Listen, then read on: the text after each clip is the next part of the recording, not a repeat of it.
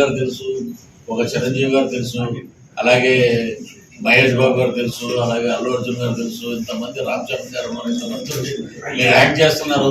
ఒక్క బ్లెస్సింగ్స్ అడగండి. సరే నాకు కూడా ఏమనిపించిందంటే, సరే వీళ్ళంతమంది మనం పరిచయంగా వీళ్ళందరి దగ్గర మనం ఉన్నాం, ఇన్ని సంవత్సరాల నుంచి ఇండస్ట్రీలోనే ఉన్నాం, మన పిల్లలు వచ్చారు, సరే వాళ్ళని ఆశీర్వాదం అడుగుతామంటే ఆశీర్వాదం అలాగే గాలిలోనే ఉండిపోయింది. అది ఎవరూ స్పందించలేదు. సో నేను ఒకటే అనుకున్న సమయంలో మా దర్శకేంద్రుడు కె రాఘవేంద్ర గారు మా పాపని ఆశీర్వదించి, she another Vijayashanti for Telugu industry, నువ్వు ధైర్యంగా యాక్ట్ చేయమని చెప్పిన ఫస్ట్ అప్రిషియేషన్ రాఘవేంద్ర గారి దగ్గర నుంచి, అలాగే ప్రకాష్ రాజ్ గారు కానీ, శ్రీకాంత్ గారు కానీ, విశ్వక్సేన్ గారి, అనిల్ రావుపూడి, బుచ్చిబాబు ఉప్పెన డైరెక్టర్ గారు, అలాగే ఇంకా చాలా మంది పెద్దలు, వీళ్ళందరూ శ్రీ విష్ణు, అలాగే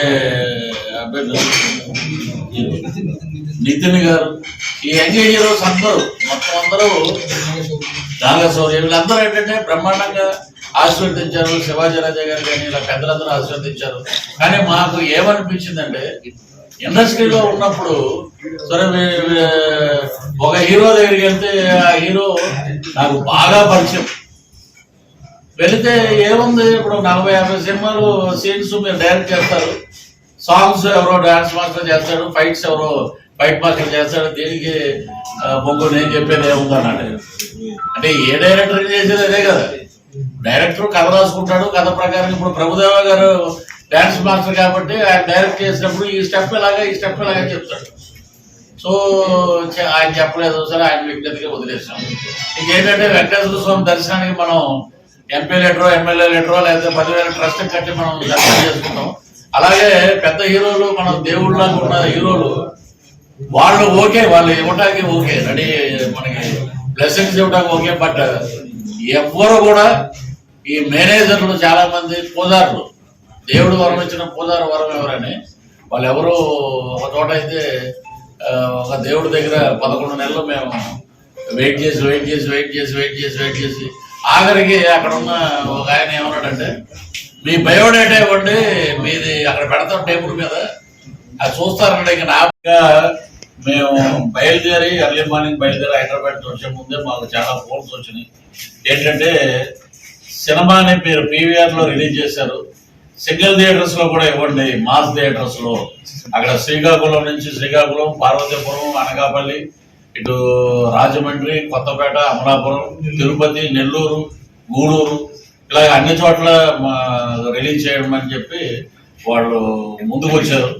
సో 2వ తారీఖు నుంచి, ఫిబ్రవరి 2 నుంచి మరలా కొత్త రంగుల ప్రపంచం మామూలుగా ఉన్న మాస్ థియేటర్లకంతా వస్తుందంటే, దీన్ని బట్టి ప్రేక్షకుల ఆదరణ, కథ బాగున్న కొత్త నటీనటులు మాకు అనవసరం అండి, కొత్త అనే విధంగా లేరు. 10 సినిమాలు చేశారు, మీరు అబద్ధం చెప్తున్నారని నాతో చాలా మంది అన్నారు. సో ఇచ్చినటువంటి అవకాశం ఇచ్చినటువంటి ప్రేక్షకులకి మేము ఎప్పుడూ రుణపడి ఉన్నాం. ఇంక మీరేమన్నా అడిగితే అడగండి, మీరు అడిగితేనే వస్తుంది బయటికి. చేతులు నమస్కరించి చిన్నపిల్లలను ఆశీర్వదించండి. ఇంతకన్నా మీరు సినిమా చూడండి, అద్భుతంగా చేశారని ప్రతి ఒక్కరు అంటున్నారు. దాంట్లో 2 షేడ్లు ఉన్న క్యారెక్టర్, కొత్త హీరోయిన్ చేయటం అనేది చాలా గొప్ప విషయం. ఈ అబ్బాయి విషయానికి వస్తే, ఆ అబ్బాయిని ఎలా తీసుకున్నారండి, అన్ని నెగిటివ్ థాట్లే ఫస్ట్. బట్ దేవుడు ఆశీర్వదించాడు, ప్రేక్షకులు ఆశీర్వదించాడు. తన ఫైట్స్ లో అసలు చాలా రిస్క్ షాట్స్, తలకి పెద్ద దెబ్బ తగిలి అయినా సరే బ్లడ్ కారుతున్నా కూడా అలాగే షూటింగ్ చేసి రోజు 3 వరకు దాని మీద కష్టపడేవాడు. షూటింగ్ అయిపోయాక కూడా ఏ డైలాగ్ ఎలా నేర్చుకోవాలని చెప్పి మళ్ళీ 7 గంటల సెట్కి వచ్చేవాడు. అలాగే వీళ్ళిద్దరూ దాన్ని చక్కగా చేసి ఈ రోజున బ్రహ్మాండంగా విజువల్ బ్యూటీ మాకు శివారెడ్డి అని చెప్పి తను చాలా బాగా మా కుటుంబ సభ్యులాగా కెమెరామెన్ చాలా అద్భుతంగా తీశాడు. అలాగే మ్యూజిక్ పరంగా ఆదిత్య అనే కొత్త అతను, అలాగే అందరూ 24 క్రాఫ్ట్స్ అందరూ సహకారంతో ఈ రోజున ఒంగోలుకు వచ్చి ప్రప్రదంగా నేను డైరెక్టర్ అవ్వడం వల్ల చాలా మంది నా బ్యాక్ డ్రాప్ లో మాట్లాడారు.